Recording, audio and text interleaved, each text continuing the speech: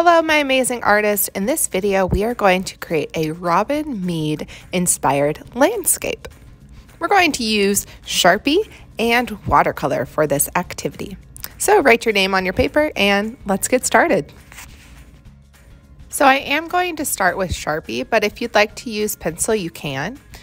Draw one curved line and another curved line to create two hills. Then I'm going to draw kind of an S curve like that.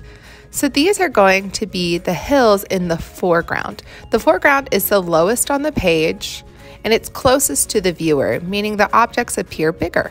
Okay, now let's start with the middle ground. Do this little curve that kind of looks like candy cane and then go the other way to complete the curve. This is going to be a wave. And then I'm going to follow that shape and draw another just kind of outline there. That's going to make my wave look thicker. And you could even add a line on the inside just to add some more details. And then I'm really just going to keep going here. So again, do a little candy cane, finish the curve the other way, and then draw a line in the middle. Curved line in the middle. Candy cane, other way. And then I didn't have room for the middle, so I just went on the outside. That's fine. You can make your waves bigger or make them smaller than I am. Totally up to you. I think I'll do one more and then a little line on the end. And if you wanted to add others, you could. Oh, yep, I'm going to do one small little one and then maybe have it go behind that one. Okay, cool. Now I want to just draw some little wiggly lines like this. And this is going to look like waves. Now I'm going to add to the middle ground. I'm going to draw what looks like a rainbow arch and then maybe one behind it and maybe even like a little mountain and another little arch.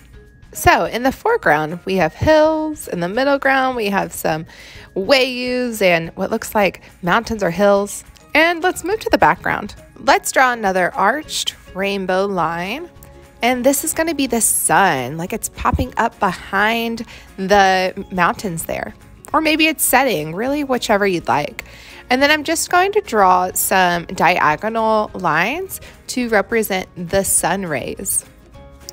You could rotate your paper like I was doing, or just rotate your hand, whatever is more comfortable for you. Okay, I'm loving the landscape so far. Let's focus on the foreground, and we're gonna add some lines to create some details with the Sharpie here. We're adding all of our drawing with the Sharpie because on top of this, we will add watercolor. Now, Sharpie and watercolor do not mix because Sharpie is permanent. The water will not affect it.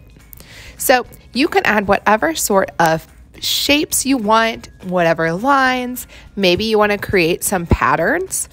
That's all up to you. You are also very welcome to follow along with what I'm doing, but also you have that creativity to do whatever sort of lines you would like. Now the water already has a lot of lines in it, so I'm going to move to the hills in the middle ground.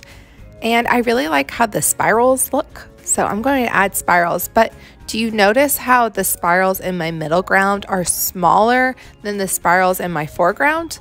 Well, that's because the middle ground is further back in space. That makes objects appear smaller.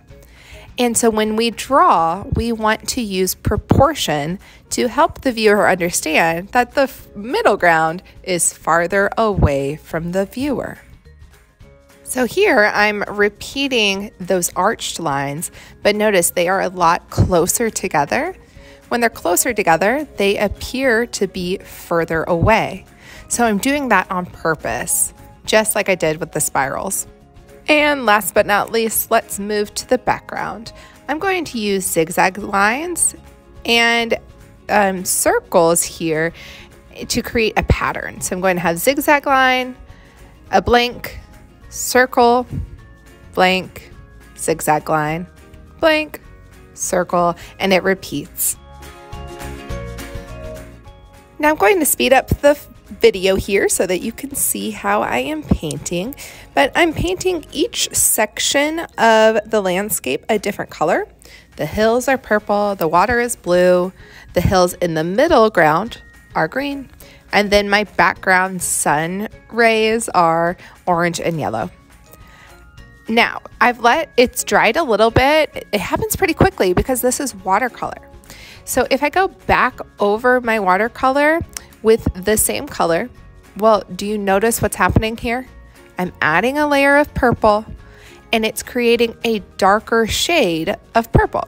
That's an awesome technique you can use. You can create patterns this way. You could create shades, which are darker values of a color. And even you could create some different designs doing this. So it's really up to you what you want to do today.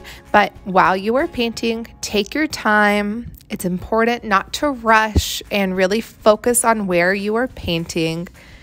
Also, when you are ready to change colors, make sure that you clean that paintbrush first, then dip into your next color.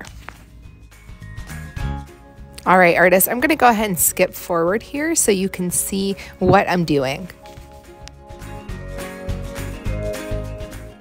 So for the sky, I really wanted to make it more intense and stand out. So I'm going over the orange with 2 stripes of red. This again creates a pattern. And then I noticed there was not red anywhere else in my painting. So I'm going to repeat doing some red stripes on the front there in the foreground. And then check out what I do with the sun. I want it to look like it's setting. So I'm going to do some rings of red on the sun and orange. And that's just going to create the illusion that this is a setting sun.